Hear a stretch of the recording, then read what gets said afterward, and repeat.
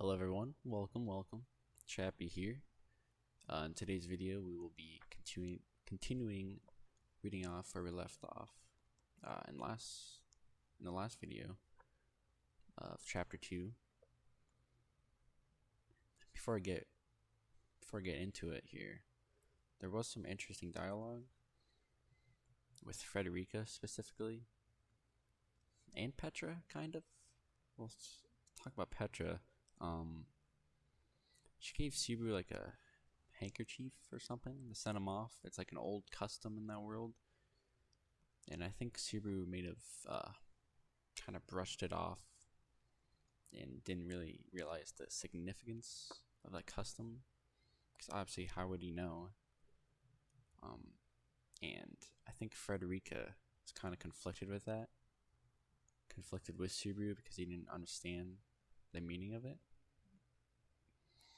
And also, I guess Frederica had she had a letter from her master. I don't know who the master is.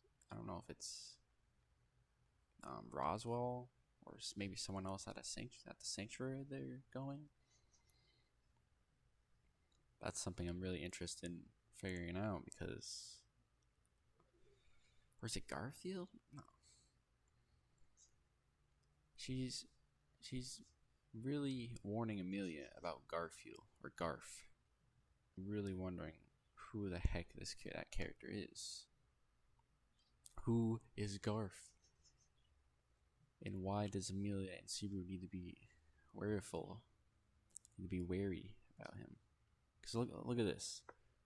This is right before. This is where we left off last video. Her fingers traced the edges of the letter she had read many times over. Finally, those fingers turned toward her own neck. However, the sensation she sought was nowhere to be found. Then she says, "Please, Lady Emilia, be heedful of Garf." Just so interesting. Well, I guess we will find out later on. So yeah, let's just get right into it then, starting off from last time. So that Puck guy really hasn't shown his face all this time. Yep, that's right. I've called out to him over and over, and I can feel the link of the pact, but I'm really worried. It's not often he's going to show his face for a long time like this. I wonder what's up with Puck. So I assume they're on the dragon carriage now. Frederica told the land dragons where to go somehow. And it's Subaru, Emilia, and Otto. They're going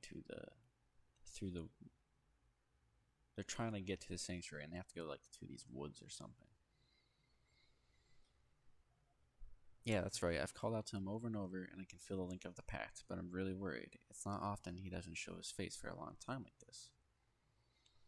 The interior of the dragon carriage, racing towards the sanctuary in good order, echoed with Subaru and Emilia's conversation. Thanks to the intervention of the wind repel blessing, neither loud sounds nor shaking were conveyed to the carriage interior. In that quiet atmosphere, they were not trading words about their enthusiasm at approaching the sanctuary. Rather, they were discussing an anomaly that occurred during the last several days: Puck's absence. We really haven't seen much of Puck or heard much from him at all. In those several days, Subaru hadn't seen any sign of him. Emilia's contracted spirit and self-declared father figure. Beatrice's plan had been to conceal herself through the use of passage. This was different.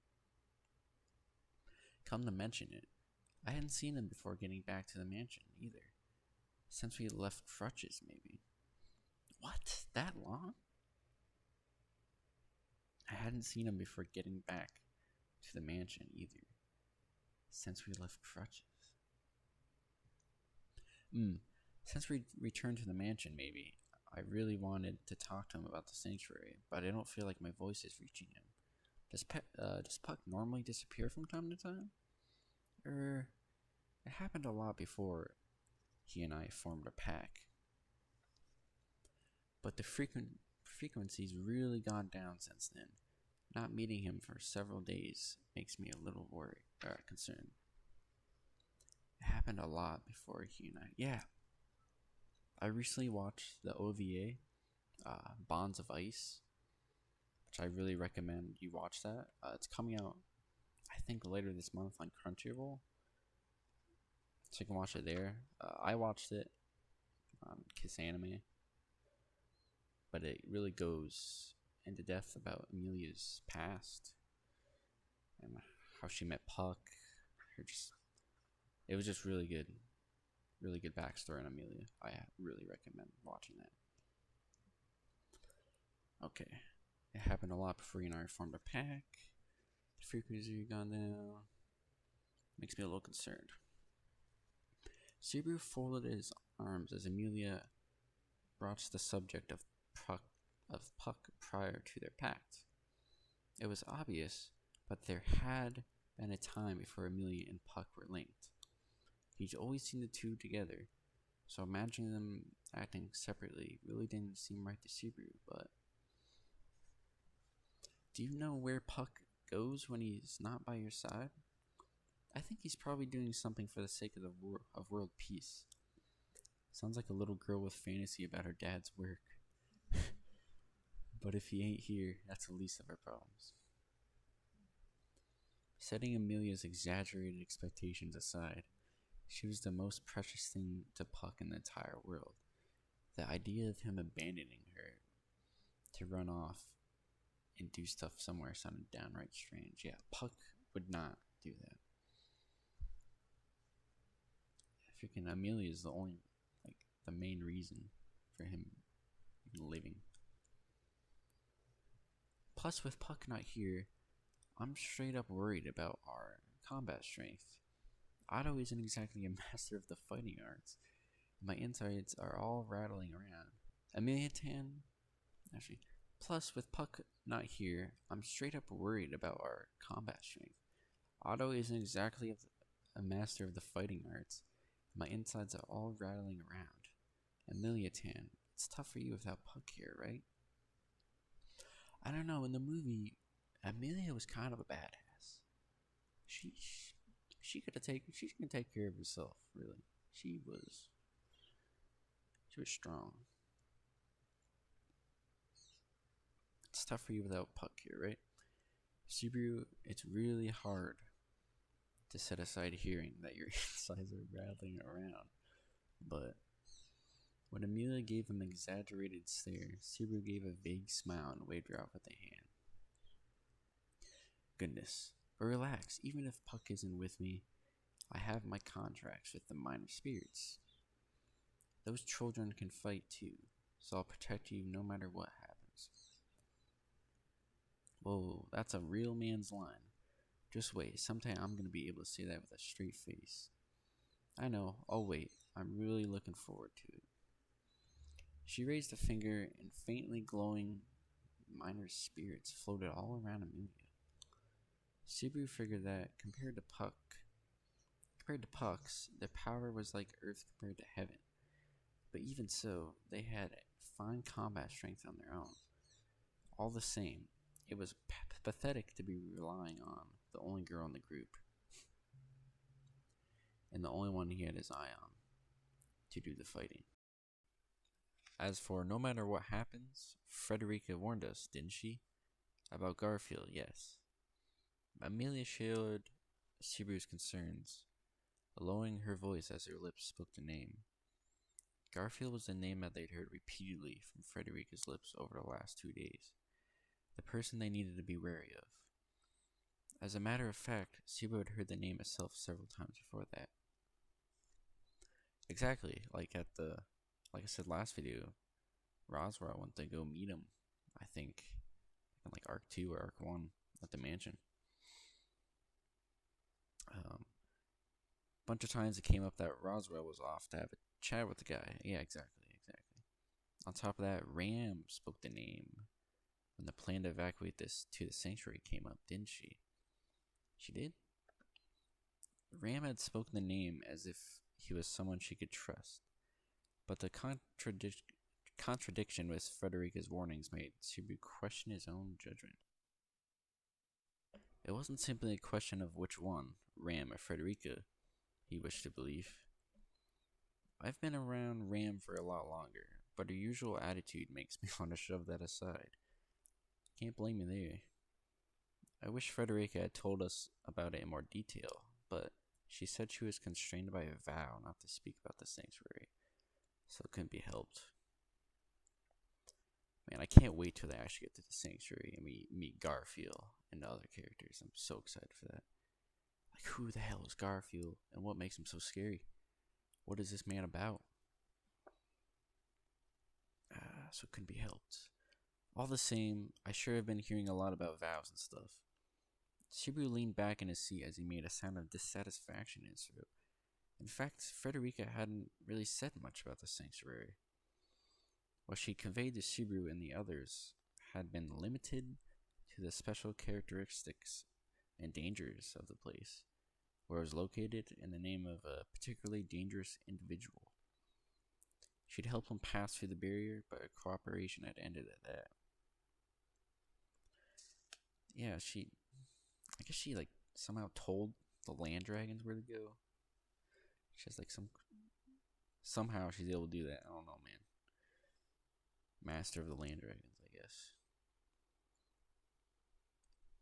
Compared to that, she sure said to watch out for Garfield a lot, including right before we left. Do people at the mansion have some sort of quota for cryptic statements? I don't think there's any such thing, but that was Frederica's doing all she could. We should be grateful she warned us as much as she did without breaking her vow. At least they know that it's dangerous. You know, I'd be even more grateful if she wasn't bound by that vow, though. Don't sulk. A vow is a holy, inviolate pledge, not something one should breach for any reason. Vows, pacts, and covenants may bear different weight, but they should all be treated with equal respect. That's damn right, Subaru. Keep that in your head, man. Clearly, he doesn't know that. Should all be treated with equal respect. Emilia wagged her finger left and right as she spoke those words, seemingly for Subaru's benefit. It went without saying that Emilia was obstinate when it came to oaths of any kind. To Subaru, vows, pacts, and covenants were simple wordplay. Yeah, we know that. The two appreciated their importance in very divergent ways. I'm not saying you should break pledges every which way, but there's a time and place for everything, right? Absolutely not. Oaths, promises are very important. Properly speaking, there's nothing forcing you to uphold a promise, but people uphold their promises anyway. They work hard to uphold them, don't they? Even if no one's watching, even if no one notices, they do it because the other party believes they would do so. Emilia touched her chest, staring at Subaru in dismay at his words. Her tone of voice was gentle, with no hint whatsoever of reproach. The words hurt all the more for it. It's because people believe in you that you strive to uphold the promises you made. A promise is like a ritual, tying two people together through mutual trust, isn't it? Subaru crept onto the carriage, seemingly rock-steady floor, and bowed his head straight down. Now, he must feel so bad after all he's done. When he apologetically touched his forehead to the floor, Emilia went,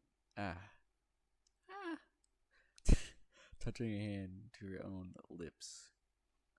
I'm not trying to criticize you, Subaru. Certainly, you didn't uphold your promise with me, and if you do it again, I'd be rather annoyed, but the pain, my ears hurt. Also, I've reflected on being too emotional about it. I need to make up with you right away, Subaru, but I was being stubborn. Sorry. Aww. The pain, my chest hurts. Dude, Subaru's about to die from this alone. Hey, I am a spirit mage, so oaths hit really close to home with me. To a spirit mage, pacts with spirits are extremely important, so yes, promises are really important. Subaru, you should reflect on that more after all. The pain, my heart hurts. I'm telling you, Subaru's gonna die right here. He's gonna have to reset. He's going back right now. As, as Emilia began to sulk, perhaps from the deep melancholy of the time coming back, Subaru lay prostrate before her. Oh, that's funny. At that moment, he could truly appreciate why Emilia had fallen into such rage in the waiting room at the royal palace, unaware of just how insensitive he was being. Subaru had been trampling on the most important parts of Emilia's psyche.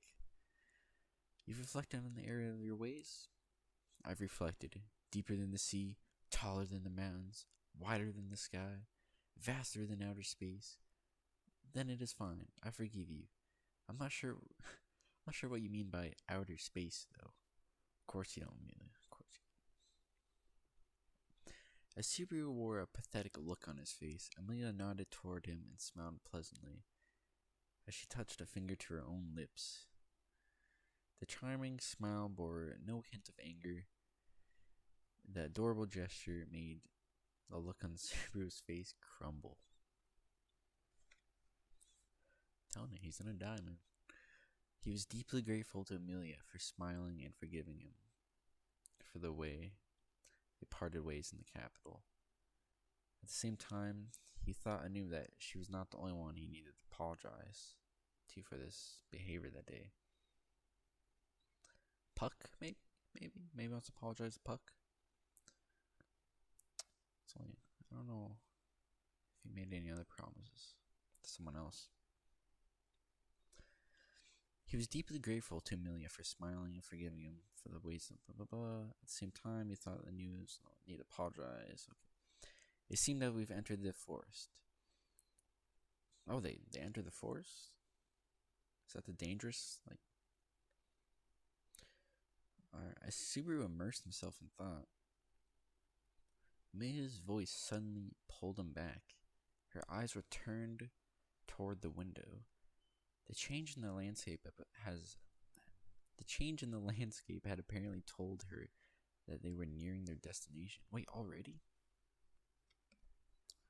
The sanctuary was said to be protected by a special barrier well within the deep green forest, which is why Frederica made them the necklace of some sort. Alright.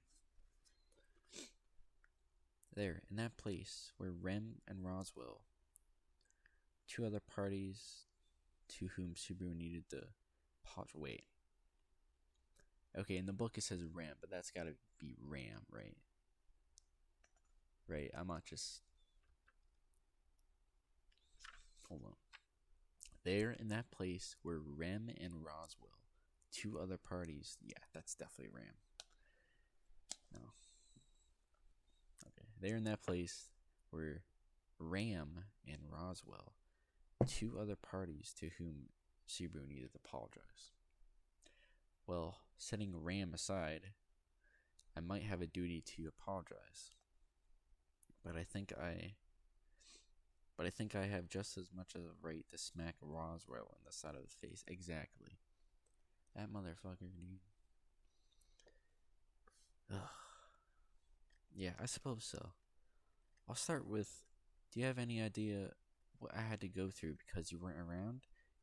And then I'll make him spill his guts about everything. I have a right to do that much, don't I? Yeah, I suppose so. Emilia Tan, the side of your face is cute when you're thinking. Can I give you a hug? Yeah, I suppose so. What? Subaru didn't have the courage to go, I'll help myself then. Arigato. And at her cut and pasted reply. The stiffness of Emilia's cheeks and the stress in her eyes drew his attention. Emilia Tan, are you nervous by any chance? That's amazing. How could you tell? I'd love to say I can tell everything about you. but I think anyone could in this case. Emilia's look of surprise brought a strained smile out of Subaru as he prodded his own cheek with a finger. Emilia followed suit by touching her own cheek, whereupon she realized just how tense her expression was. Dude, go for it, Subaru. Bear hugger. Sorry to worry you. I was thinking we'll be in the sanctuary soon. A village only for demi-humans. It's only for demi-humans. Ah, that's so. I'm sorry too. I hadn't thought about that. When Emilia divulged the reason of her nervousness, Subaru felt pathetic for not realizing it himself. According to Frederica's explanation, the sanctuary was not merely a settlement for demi-human races. It was a settlement where demi-humans in particular circumstances came to settle. So it's possible that there might be half-elves who went through the same stuff Emilia did. Really? It was a settlement where demi-humans in particular circumstances. What could that mean? I always think, when I think demi-humans, I always think like the animal. Like the half dog, half man or some shit. I always forget that, it can mean elves as well. Half elves. And whatever race that's not human, I suppose. There might be half elves who went through the same stuff Emilia did. I've never met any half elves besides myself. I hadn't really thought about it very much. But in the sanctuary, it might be possible. Emilia's voice trembled with nervousness. But he couldn't tell if the nervousness was from worry, or hope. Emilia probably couldn't tell either. The only way to get a solid answer was to go to the sanctuary and see. But Emilia? What's this? The next moment, Subaru and Emilia simultaneously raised their voices at the strange occurrence inside the carriage? What's happening? The source of the occurrence was none other than Emilia, herself quite nervous. A blue radiance was welling up from inside her chest. Is it from Puck? Instantly tinting the interior of the dragon carriage with a bluish glow. Startled by the light, Emilia thrust a hand into her pocket and pulled out the shining blue crystal emitting the light. Or is it from Frederica's thing? Yeah, the crystal shining, Subaru. The hell? I have a really bad feeling about this, Emilia. I'm borrowing that. Thinking that the ferociously shining blue crystal looked much like a magic crystal on the verge of exploding, Subaru instantly snatched the crystal away from Emilia. Then he rushed to the dragon carriage window. Not again, Subaru. Not sacrificing yourself. If it's nothing, we'll pick it up later. For now, I'll toss it out. Wait, what? As soon as he's about to throw the dangerous object away, the faint moan made Subaru look back aghast. Emilia?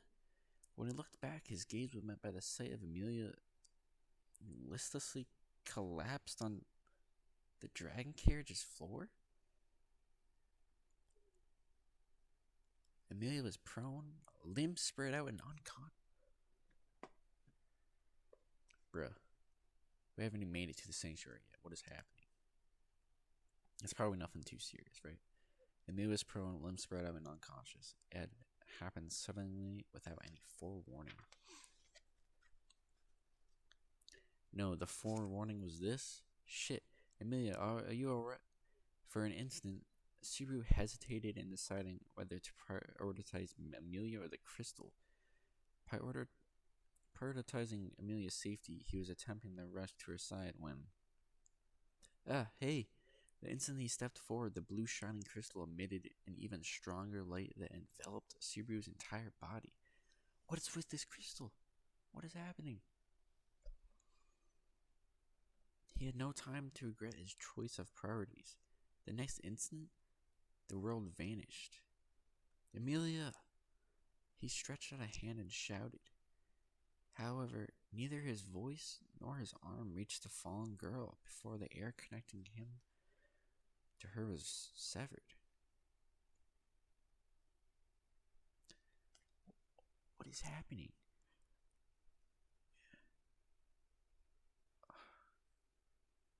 The blue shining crystal emitted an even stronger light and enveloped in Subaru's whole body. The world vanished. Okay. It was over in an instant. Feeling the shine of the light, Subaru swiveled his head, but he couldn't see a thing. The world had been erased? No, rather, it had been temporarily blotted out by being bathed in a light too strong for his sense of sight. Blinking repeatedly, he finally realized that contours were gradually forming within his indistinct vision. But regaining his sense of vision did not put his confusion to rest. After all, where is this? He was not in a dragon carriage interior where he should have been. Rather, Subaru was standing in an unfamiliar forest alone. I just have no idea.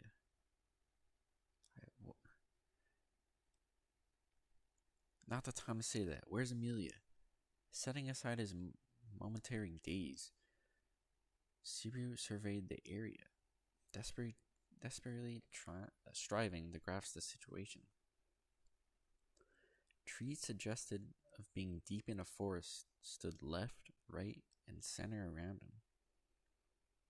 Moss and grasses stretched unhindered at his feet, without the faintest trace of human passage.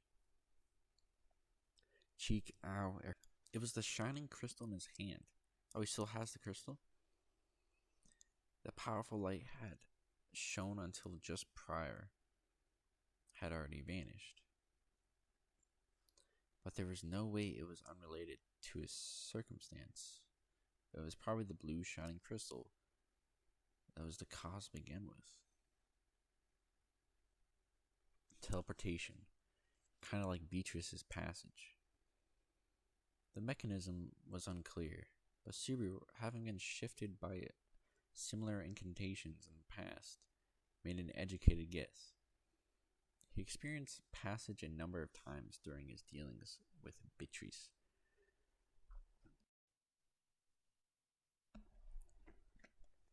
The problems were the reason and purpose behind this shift, and how to rendezvous with Emilia and the others. Plus, Emilia was on the floor when I left. I've got to get back ASAP. If the shift was from something similar to passage, Subaru's jump couldn't have been that far.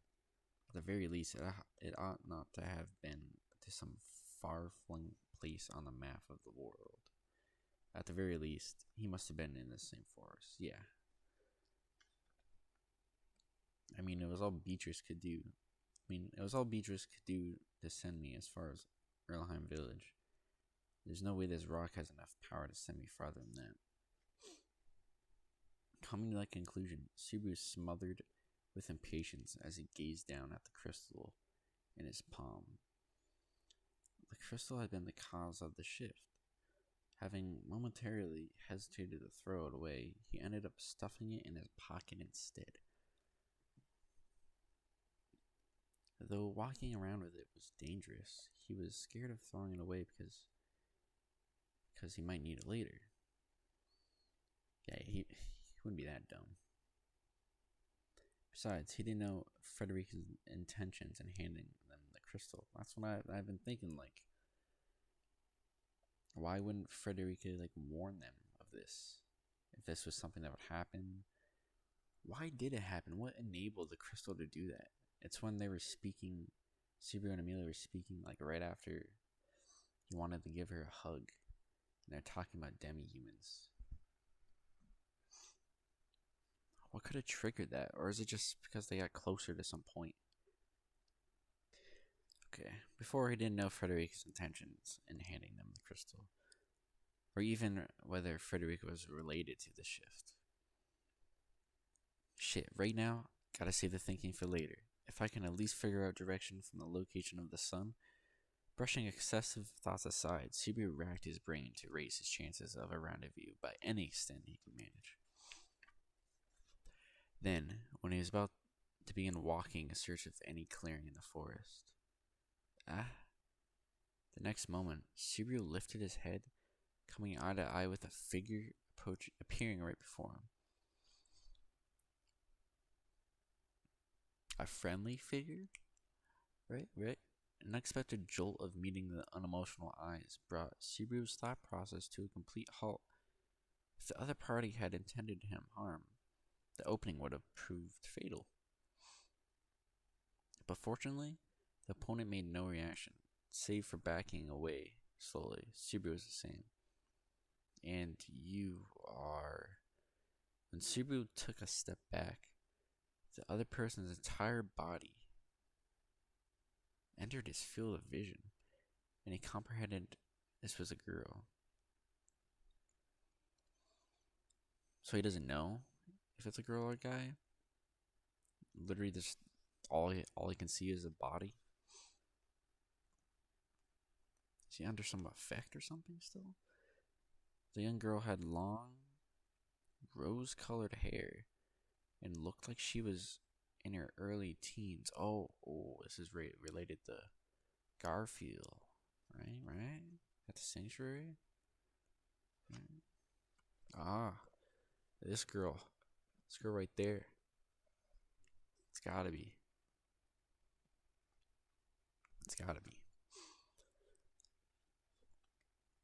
Comprehended this was a girl. The young girl had long rose-colored hair and looked like she was in her early teens. Her visage had almost almond-shaped eyes and a long, refined nose. Her skin had a pale, fleeting look, as if it would break apart the moment you touched it. In height, she did not even reach halfway up Subaru's chest. Her small body was clothed only in white, poncho-like garment. A doll. That was the impression he received, not from her beautiful appearance, but from the air hovering all about her. She had emotionless eyes, an emotionless, unchanging face, with a muted presence, hence so little apparent willpower that I felt insufficient for a person. But she had one feature that strongly tugged at his attention, namely, those long ears. Are you an elf? When Subaru asked the question, wait, really? Did I not notice that in the picture? Oh, no, yeah. Okay. When Subaru asked the question, the girl's doll-like expression remained intact, as she said nothing. How rare are elves, anyways? Or is it just like half elves that are really rare? Expression remained intact as she said nothing. However, the tapered ears, longer than those of a normal human, poking out of her rose-colored hair, told Subaru that the answer to his question was, without a doubt, a yes. Subaru had been speaking to Emilia about the possibility of encountering half-elves besides her just moments before. Subaru's thoughts were exceedingly thrown off by the surprise of encountering an elf in the flesh so very quickly. I wonder what Emilia's reaction to that is going to be, because I doubt she knows any people that are bound to the sanctuary. Subaru's thoughts were thrown off. Furthermore, wait, where do you think you're going? Moving like an Parcheon? The girl turned her back on Subaru and ran off. It was so sudden that Subaru reacted late and began pursuing the girl in a great haste that she widened the distance. Wait, please wait. Are you someone from the sanctuary? The agile girl practically flew as she raced into the overgrown woods. Subaru, desperately pursuing her over bad and unfamiliar footing, felt pain rising as his breath rapidly grew louder. Shit, damn it all. How was the force related to the sanctuary? And to begin with, who was that girl? Knowing that asking would only deplete his endurance, Subaru gritted his teeth and focused his strength into his legs. For several minutes, Subaru proceeded to chase the girl's fleeting back, as if his life depended on it, and his field of vision suddenly widened. I got through the woods, but where the heck is this? Coming to a stop in the clearing, Subaru bent his knees as he breathed irregularly over and over. He wiped off the sweat coursing down his brow when he raised an agonized, grimacing face. Subaru found a strange structure ahead of him. Sanctuary? Question mark? The structure, constructed from stones piled onto another, was a ruin of particularly primitive architecture. I think someone in the comments in the last video mentioned something about a ruin and it being different than the web novel. I know absolutely nothing about the web novel, so I can't even begin to compare the two.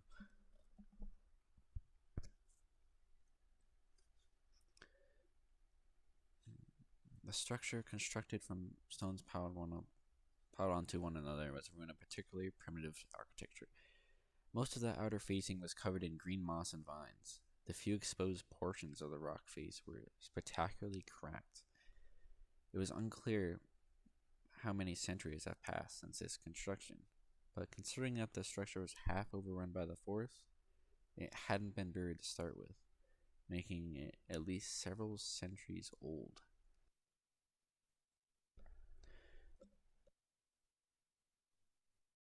The ruin, standing in the tranquil forest air, seemed like a temple, or perhaps it kind of feels like a tomb. Oh no, yeah, the guy in the comments said a tomb, not a ruin. This is exactly what he was referencing. It kind of feels like a tomb. For a sec, I thought it was a pyramid. Hey, wait a. Thrusting his admiration for the ruin aside, Subaru hastily looked for any sign of the girl he's pursuing. He'd arrived by following the girl there. She was the real priority. But however much he surveyed the area, the girl who ought to have been there was nowhere to be found. Her presence, her lingering scent, and even her footsteps were absent. It was clear as day that he had lost all track of her.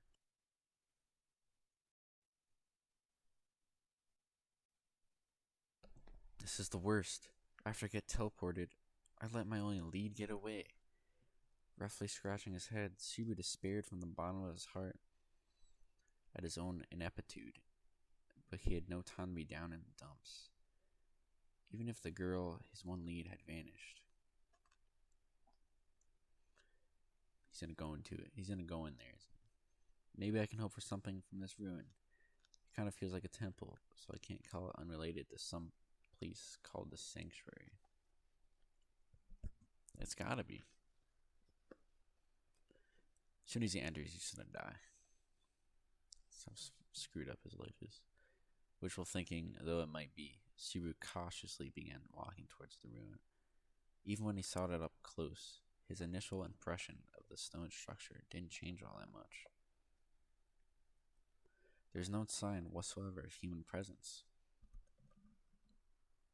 of human handiwork, or any sense that a living soul dwelt there. Hey, is anyone there? If this is the sanctuary, someone answer, please. Though he called out to the ruin in the surrounding forest in a loud voice, it echoed fruitlessly in the air. Sighing deeply, When he did not get hoped for a response, Subaru grudgingly walked around the ruin. Well, there's an entrance. About halfway around the ruins, Subaru spotted a set of moss-covered stairs. When he climbed the stairs, careful not to slip, he found an opening with a dimly lit passage within. No doubt, continuing into the ruin, he found his entrance.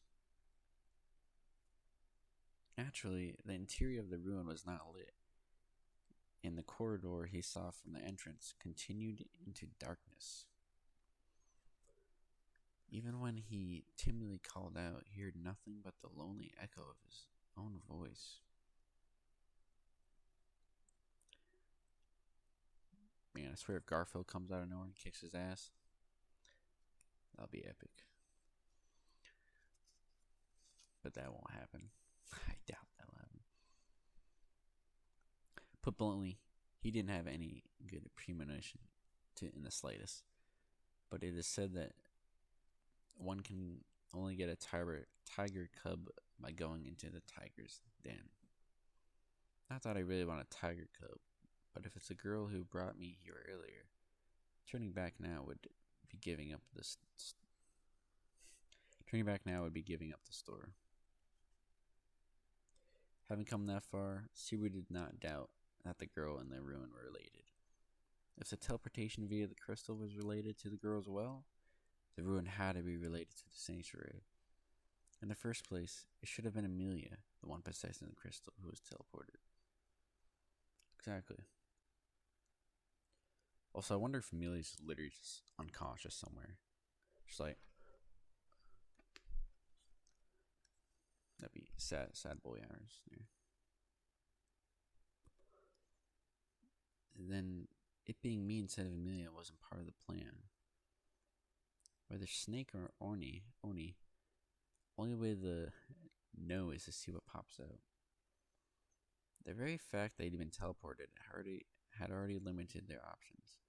With no clear way to rendezvous with Emilia, Subaru decided it was best to accept the invitation and play along for the moment. Breathing deep, Subaru clenched his teeth and stepped into the ruin. I seriously wonder what's awaiting him in this freaking ruin. He employed the trick of keeping his right hand constantly. We all know. We all know that trick. It's the only trick.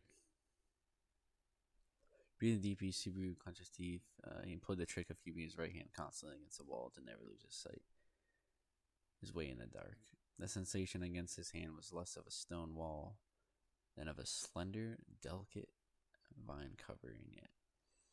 The vines have overgrown the passage so thickly that it had been hard to tell where the original wall stood, and it felt more like an artery of a living entity. The bizarre atmosphere of the ruin itself made him feel like he was entering the body of some giant creature. I mean, hey, you never know. Never know however many ways Subaru will get screwed. The only things he could hear in the darkness were his own breathing, his loudly beating heart, and his shoes. He had lost his sense of sight due to the lack of light, and the cold, serene air robbed him of all of his nose. His sense of hearing loomed large in his mind, but at some point, he lost track of the wall that he'd been touching.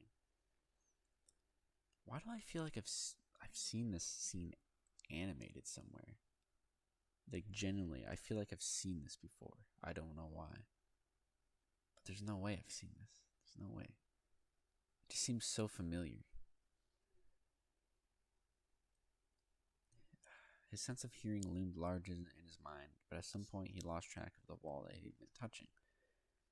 The feeling on his tongue was that of air mixed with sand and dust.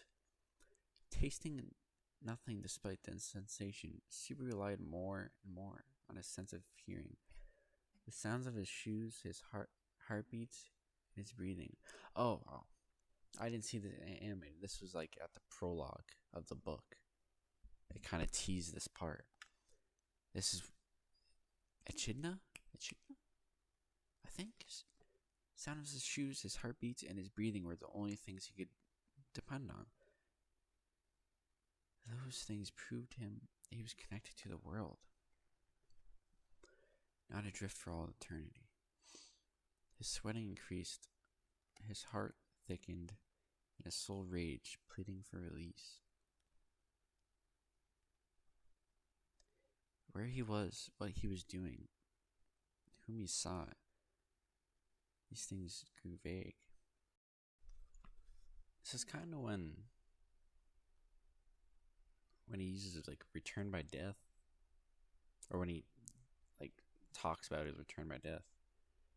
It's kind of like the same situation, except he can actually move around, and his heart's not getting crushed.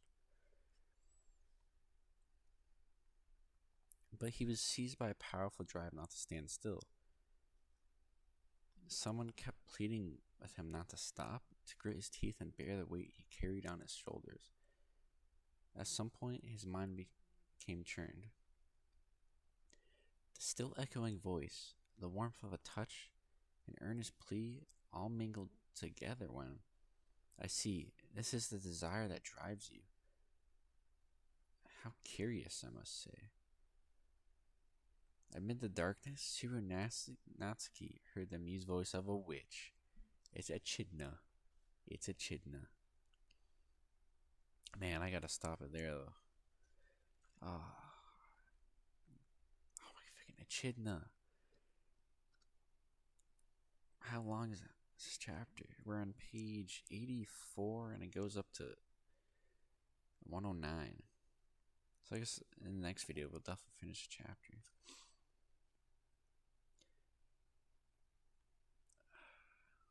We know nothing about Echidna, right?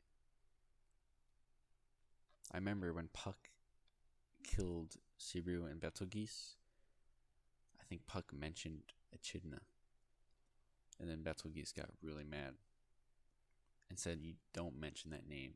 It's like the witch before Satella." Next video is gonna be so freaking interesting. Holy crap! Like, is she evil? Is she good? We know nothing, dude. How is she gonna she's gotta be an elf, right? She's an elf. She's an elf. She's gotta be. No, she can't be. I don't know. Witches are elves, right? That's why Emilia's frowned on, because she has the ears. I don't know. I'm so there's too much. There's too much I need to know.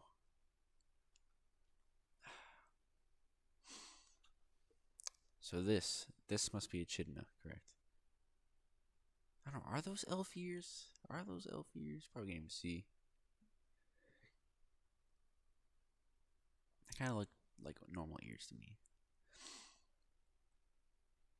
But man, oh man, that is it. This video is probably gonna be longer than the last one. To anyone who's made it this far, thank you. Thank you very much. I hope you enjoyed that. I really appreciate it. If you are watching this, if you have any suggestions, or like tips, how to make this experience better, how to make my videos better, I'm always open to suggestions and criticism, because I hardly know what I'm doing here. But yeah, thank you very much. Next video, we will be finishing chapter 2 and learning more about this Echidna person and this pink-haired girl that's apparently an elf, and what the hell happened to me. Okay, I gotta go. Thank you guys. I'm terrible at outros. See you next time.